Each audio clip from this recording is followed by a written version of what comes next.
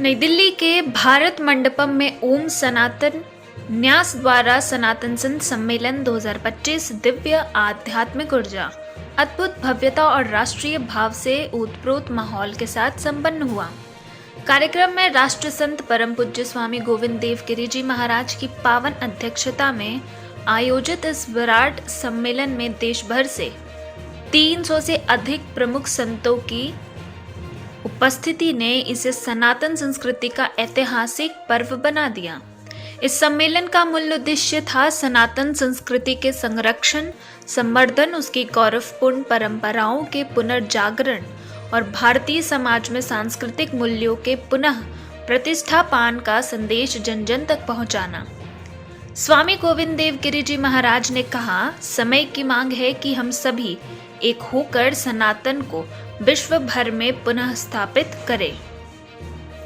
बता दें कि परम पूज्य स्वामी गोविंद देव गिरि जी महाराज की अध्यक्षता में एकल अभियान भारत लोक शिक्षा परिषद को सनातन रत्न सम्मान प्रदान किया गया। साथ ही 3 अन्य प्रमुख संस्थाओं को सनातन गौरव सम्मान से अलंकृत किया गया। जैन आचार्य डॉक्टर लोकेश मुनि जी, विश्व शांति दूत, ने वैश्विक चुनौतियों पर अपने विचार रखते हुए कहा कि सनातन संस्कृति ही मानवता को शांति, सद्भाव और समाधान का मार्ग दिखा सकती है।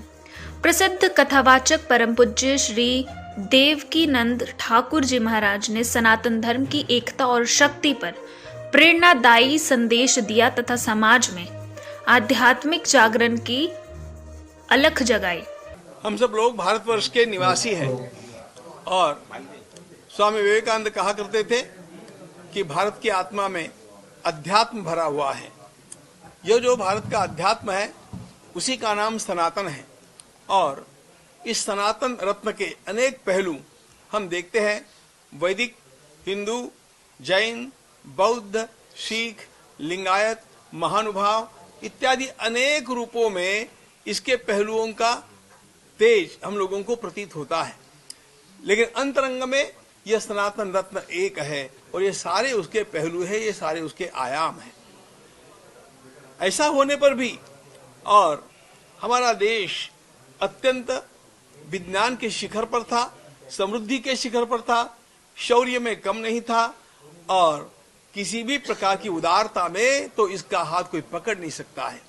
सर्वे भवन्तु सुखिनः कहने वाला केवल यह एक देश है जिसने किसी पर आक्रमण नहीं किया, लेकिन फिर भी इतिहास में यह देश पिटता गया, इसको पराधीन रहना पड़ा। इसका मुख्य एक ही कारण रहा है हमारी दृष्टि में, और वह है कि हमारा समाज बट गया। इस समाज को बांटने का प्रयास किया गया, अनेक प्रकार के प्रलोभनों से अथवा भय से समाज को बांटा गया। ये तो बात है ही, लेकिन विचारों का प्रदूषण भी हम लोगों को बांटता गया और इसलिए इस वैचारिक प्रदूषण को दूर करने का सामर्थ्य जिन संतों में है, उन संतों को एकत्रित होकर के एकत्व का विचार इस समाज में पुनः जागृत करना चाहिए। और हमारी प्राचीन गौरवमयी परंपरा जो रही है, उस परंपरा का बोध पुनः हमारी वर्तमान युवा पीढ़ी को और अगली पीढ़ी को भी करा देना चाहिए। इन उद्देश्यों को लेकर के संत विचार का मंथन यहाँ पर करने के लिए एकत्रित है। पूज्य महाराज श्री के सानिध्य में जो ये आज का सत्संग हो रहा है, इसका एकमात्र उद्देश्य है सभी सनातनियों का एक स्टेज पे आना और ये समझना कि हम लोग जब एक होंगे तो सेफ होंगे और अगर हम बटेंगे तो लाल किले के बम धमाके में हम फटेंगे। रीजन यही है कि हम तब से लेके आज तक हम अपनी अपनी बातें करते रहे हैं, सनातन की बातें नहीं की। कोई जाति की बातें करता है, कोई जाति का नाम दे के नेता बन जाता है, कोई किसी को गाली दे के आगे बढ़ना चाहता है, कोई किसी का पैर खींच के आगे बढ़ना चाहता है। तो ये जो सारी प्रॉब्लम से उन्हें समाज से कोई लेना देना नहीं है, उन्हें अपनी कुर्सी से मतलब होता है। एक व्यक्ति को मुझे एक जाति का नेता बनना है। इसके दुष्परिणाम स्वरूप ये हमें झेलना पड़ रहा है कि हम लोग बार बार शिकार होते रहे हैं, चाहे मुंबई धमाका हो, चाहे दिल्ली धमाका हो, कितनी चीजें गिनाऊं। अब पढ़े लिखे अनपढ़ हो तो जनसंख्या ब्लास्ट और पढ़े लिखे हो तो Lal Qila blast. What is this? ये है क्या? तो ये तब संभव हो पा रहा है जब हम सनातनी बिखरे हुए हैं, बटे हुए हैं। जिस दिन एक हो जाएंगे उस दिन हिंदू राष्ट्र भी होगा, उस दिन सेफ भी होंगे, और उसी दिन हमें कृष्ण भूमि मांगने नहीं जाना पड़ेगा। महाराज जी के सानिध्य में कह रहा हूं इस बात को। जिस दिन सनातनी एक हो जाएगा, जैसे अयोध्या में सनातनी पहुंचे थे, जिस दिन मथुरा में वही संकल्प लेके पहुंच जाएंगे, मथुरा में कृष्ण भूमि होगी, हम सब सनातनी एक होंगे, और पूर्णतः ये भारत जो है उस राष्ट्र की ओर बढ़ेगा जो विकास भी करेगा और पूरी दुनिया को दिशा भी देगा। आज स्वतंत्र भारत के इतिहास में भारत की राजधानी दिल्ली के प्रतिष्ठित स्थान भारत मंडपम में एक नए इतिहास का निर्माण हो रहा है, एक नया अध्याय जुड़ने जा रहा है सनातन एकता के लिए, क्योंकि ये सनातन एकता समय की मांग है। हमारा महान देश भारत जिस तरह से विकास कर रहा है, जिस तरह से आगे बढ़ रहा है, किंतु हम ये महसूस करते हैं कि कुछ बाह्य ताकतें और कुछ आंतरिक ताकतें देश को कमजोर करने के लिए समय समय पर इस तरह के षड्यंत्र करती है। और जैसा अभी पिछले दिनों लाल किले पर जो बम विस्फोट का हुआ, ये जघन्यतम घटना है। उस घटना की हम सनातन के सारी शाखाएं मिलकर के उसकी कड़ी निंदा करते हैं, भर्त्सना करते हैं, और ये मांग भी करते हैं कि ऐसे लोगों को ऐसा सबक सिखाना चाहिए कि वो आइंदा कभी जुर्रत न करे भारत के साथ ऐसा खिलवाड़ करने की। ये देखिए, समय की मांग है सनातन एकता की, और आज इतना खूबसूरत मंच सजा है और सजने जा रहा है, जहां पर हमारी सनातन की सारी शाखाएं, यहाँ पर जैन धर्म, सिख धर्म, बौद्ध धर्म, तमाम प्रकार की वैदिक संस्कृति परंपराएं। मैं इतना ही निवेदन करना चाहूंगा मीडिया के माध्यम से कि इस देश को दिव्य और भव्य बनाने के लिए अब वो समय आ गया है। 140 करोड़ भारतवासियों को उठ जागना होगा, और वो जब उठ जागेंगे तभी यहाँ से जो वसुदेव कुटुंबकम का संदेश गया है, सर्वे भवन्तु सुखिने सर्वे सन्तु निरामय का संदेश गया है, और पूरे विश्व को भारत आने वाले समय में एक नया मार्गदर्शन दे सकता है, क्योंकि अध्यात्म की महान विरासत उसके पास है। देखिए, मैं हार्दिक धन्यवाद करती हूँ गौरव जी का, जिन्होंने मुझे यहाँ पे आमंत्रित किया। मैं अपनी शूटिंग के सिलसिले में दिल्ली आई हुई थी, तो जैसे ही उनसे मेरा कॉन्टैक्ट हुआ तो उन्होंने मुझे यहाँ पे बुलाया। एंड मैं अपने आप को बहुत ही सौभाग्यशाली अनुभव कर रही हूँ कि मैं इतने महान संतों के सानिध्य में बैठ के उनकी पवित्रता, उनके जितना भी वैज्ञानिक ज्ञान है, उसको थोड़ा सा भी अगर मैं इम्बाइब कर पाऊँ तो that would be my effort from my side. And I'm also working for the reinstatement of Sanatan Dharma. मैं सनातन धर्म को सिनेमा के माध्यम से पूरे विश्व में प्रचार करना चाहती हूँ कि अभी आप सभी को पता है कि सिनेमा जो है इट इज़ ऑल नेगेटिव। मुझे जो objectification of women and all the negative things I have to stop. मुझे सबको बताना है कि सनातन ही मूल तत्व से साइंस है, विज्ञान है, और आगे बढ़ाया जा सकता है। सनातन जिंदाबाद, आप सब जिंदाबाद, देश हमारा जिंदाबाद। सनातन तभी जिंदा रहेगा जब महिलाओं में ताकत आएगी, महिलाओं में एक एनर्जी आएगी, जब महिला जागृत होंगी। महिला के बिना कुछ नहीं हो सकता। लक्ष्मी, सरस्वती, दुर्गा, इन तीनों के बिना कुछ नहीं हो सकता। आप उसी में लक्ष्मी, सरस्वती, दुर्गा उसी में आ जाते हैं। लक्ष्मी के बिना कुछ नहीं होता, सरस्वती के बिना कुछ नहीं होता, दुर्गा।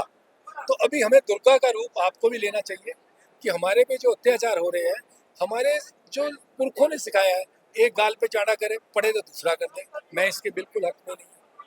हमारे चारों तरफ देखिए, आपने देखा होगा सबसे बड़ी जगह कौन सी है आपकी? India Gate. वहाँ को क्या क्या है, कौन से नगर है, कौन सी जगह है वहाँ? क्यों Aurangzeb road, Shahjahan road, Akbar road, ये सब है। और लक्ष्मीबाई रोड कहीं नहीं है। औरंगजेब के जगह हमारे राणा महाराणा प्रताप नहीं है, शिवाजी नहीं है। इन सब को आप लोगों को ठीक करना पड़ेगा, क्योंकि मैं ये कहता हूँ कि दो ही चीजें संभाल सकते हैं, एक औरत, एक महिला और एक साधु। जब ये दोनों एक जगह हो जाएंगे, क्योंकि आपने घर में बच्चों को सिखाना है, अपने भाई बहनों को आपको सिखाना है, उसके बाद जब बाहर आए तो साधुओं का काम है। तो अभी तक जो है साधु सोए हुए थे। मैं ओपनली बोलता हूँ कि साधुओं ने कुछ नहीं, 14 तक किसी ने कोई बात नहीं की। अब हर आदमी जय श्री राम, जय भक्त करता है। पहले किसी ने क्यों नहीं किया? जब से योगी जी मोदी जी आए हैं, इन्होंने सनातन को जन्म दिया है, इन्होंने जो है ना जोश भरा है। आज हर आदमी तिलक लगा के घूमता है, हर आदमी जय श्री राम बोलता है, जय माता की बोलता है, जय भारत माता की बोलता है। तो हमको इनसे सीखना चाहिए, योगी जी, मोदी जी से। और तभी जाकर आपके पास शक्ति है, आपके पास ताकत है।